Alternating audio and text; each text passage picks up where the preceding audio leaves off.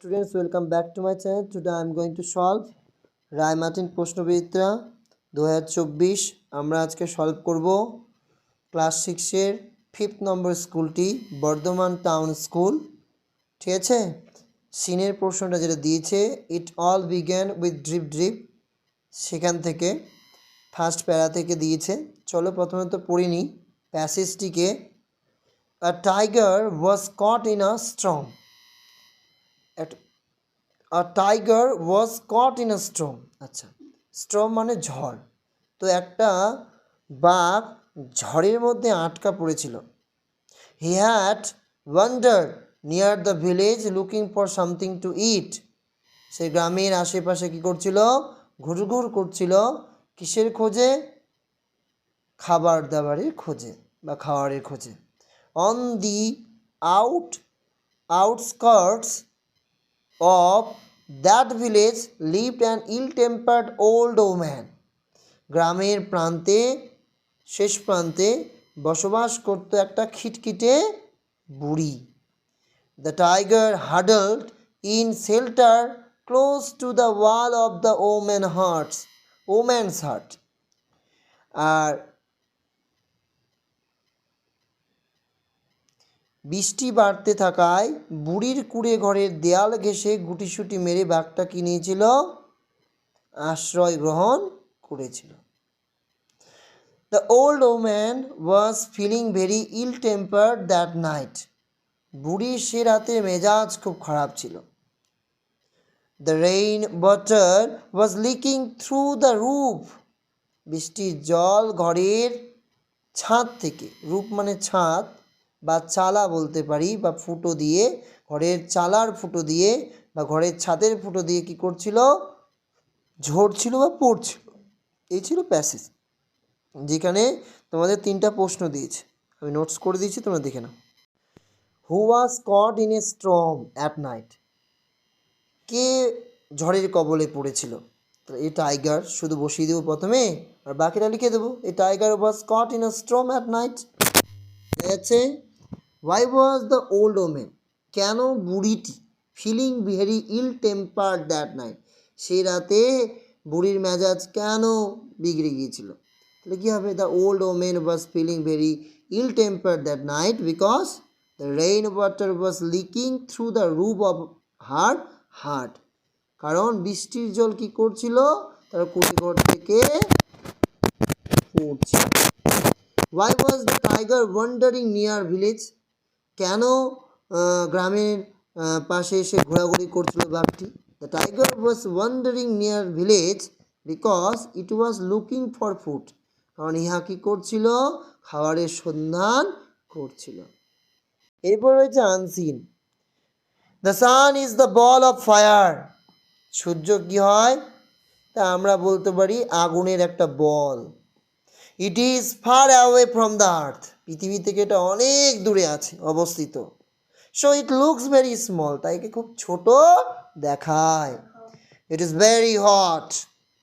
ইহা হয় খুবই গরম বা উত্তপ্ত। It shine on the earth.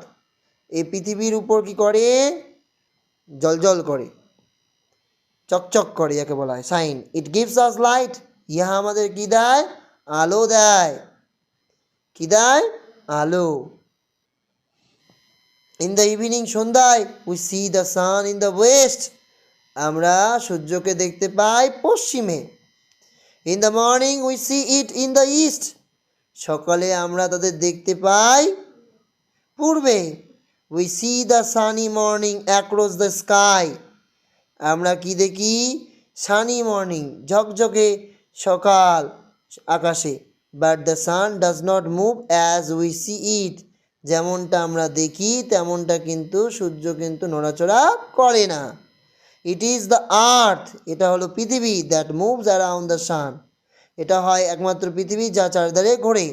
The earth takes a year to go around the sun, পৃথিবীর কি লাগে? একটা বছর লেগে যায় তার চারদিকে ঘুরতে। To go around the sun. এই passage the earth revolves, revolve মানে ঘোরা, অ্যারাউন্ড কার চারদিকে ঘুরে? দ্য সান, সূর্য। উই সি দ্য সান, আমরা সূর্যকে দেখি। আমরা এটা অনেকভাবে লিখতে পারি। We see the sun in the west, এখানে আছে না, ওই লাইনটা লিখলে হবে we see the sun in the east in the morning. এটা গুছিয়ে আরেকটু বড় করে দিই, এই লাইনটা লিখলেই হবে। হ্যাঁ, in the we see the sun in the West, আমি কি বললাম, we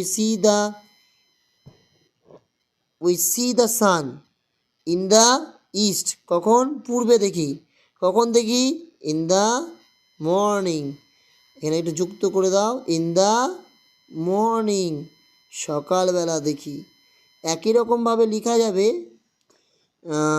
we see the sun in the West in the evening, এই কথাটাও তোমরা লিখতে পারো। ঠিক আছে, মোদ্দা কথায় যদি দেখা যায় তাহলে এখানে কিন্তু এই লাইনটা হবে, তোমাদের এটা কমপ্লিট করতে হবে। এরপর দুটো প্রশ্ন রয়েছে, আমি নোটস করে দিয়েছি। What does the sun gives us and why does sun look small, তোমরা দেখে নাও।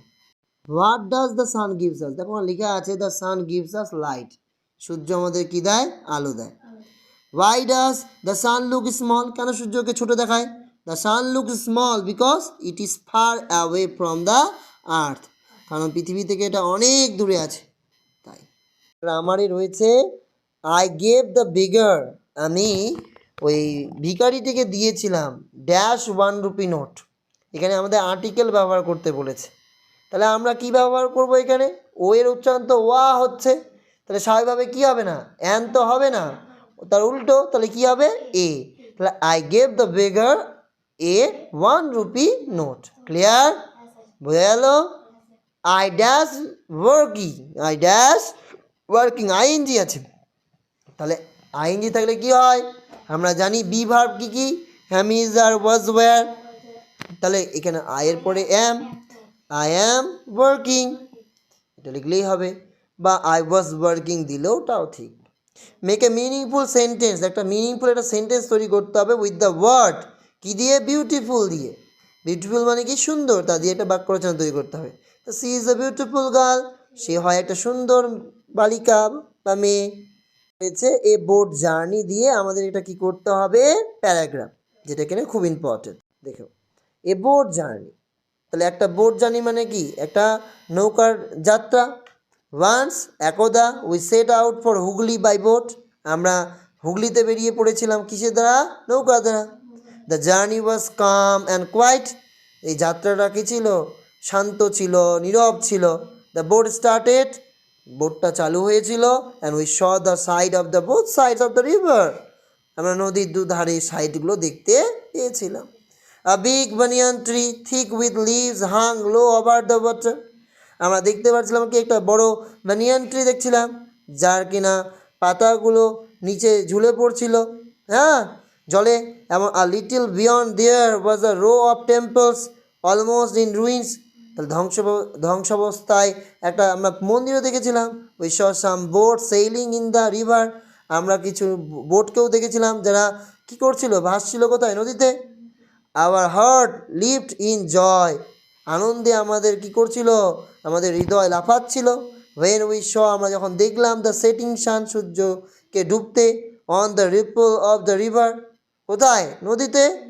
আফটার অ্যান আওয়ার, 1 ঘন্টা পর, our boat reach the bank, আমাদের বোটটা, আমাদের নৌকাটা বলতে হলো কোথায় পৌঁছালো, তীরে।